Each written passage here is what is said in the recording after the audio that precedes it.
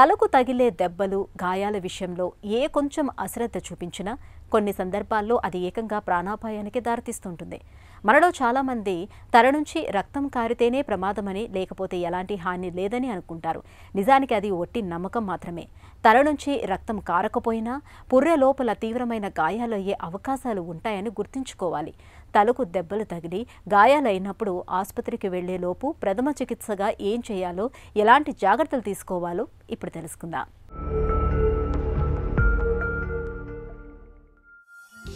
తలకు తగిలే గాయాలను 3 రకాలుగా చెప్పుకోవచ్చు. తేలికపాటి గాయాలు తగిలినప్పుడు బాధితులు స్పృహలోనే ఉంటారు. అయితే తమకు ఏం జరిగిందో, ఏం జరుగుతోందో చెప్పలేని గందరగోళంలో ఉంటారు. తీవ్రమైన తలనొప్పి, జ్ఞాపక శక్తికి, ప్రవర్తనకు సంబంధించిన సమస్యలు కనిపిస్తుంటాయి. ఒక మాదిరిగా దెబ్బలు తగిలినప్పుడు క్షతగాత్రులు మగతగా ఉంటారు. కళ్ళు తెరవడానికి ప్రయత్నిస్తారు. మెదడులో వాపు లేదా రక్తస్రావం వల్ల నిద్రమత్తుగా ఉంటుంది. తలకు తీవ్రస్థాయిలో దెబ్బలు తగిలినప్పుడు కళ్ళు తెరవలేరు, కోమాలోకి వెళ్తారు. తలకు గాయమైన వారికి జాగ్రత్తగా ప్రథమ చికిత్స చేయాలి. ముందుగా ABC పద్ధతిలో ప్రథమ చికిత్సను అందించడానికి ప్రయత్నించాలి. ఏ అంటే ఎయిర్వే.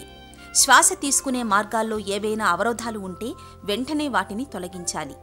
B అంటే బ్రీతింగ్. తలకు దెబ్బ తగిలిన వ్యక్తి శ్వాస తీరును గమనించాలి. ఊపిరి తీసుకునేందుకు వీలుగా తలను కాస్త ఎత్తులో ఉండేలా చూడాలి. అవసరమైతే కృత్రిమ శ్వాసను అందించాలి. C అంటే సర్క్యులేషన్. రక్త ప్రసరణ తీరును గమనించాలి. తలకు దెబ్బ తగిలి రక్తస్రావం అవుతున్నప్పుడు వెంటనే రక్తస్రావాన్ని ఆపడానికి ప్రయత్నించాలి. శుభ్రమైన బట్టతో కానీ లేదా బ్యాండేజీతో కానీ గాయానికి పక్క ప్రాంతాల్లో గట్టిగా అదిమి పట్టుకోవాలి. ఇలా చేయడం వల్ల రక్తస్రావం తగ్గే ప్రమాదం ఉంటుంది. ఎట్టి పరిస్థితుల్లోనూ నోటిలోకి నీటిని పోయడానికి ప్రయత్నించకూడదు. క్షతగాత్రుణ్ణి సాధ్యమైనంత త్వరగా ఆసుపత్రికి తీసుకెళ్లాలి.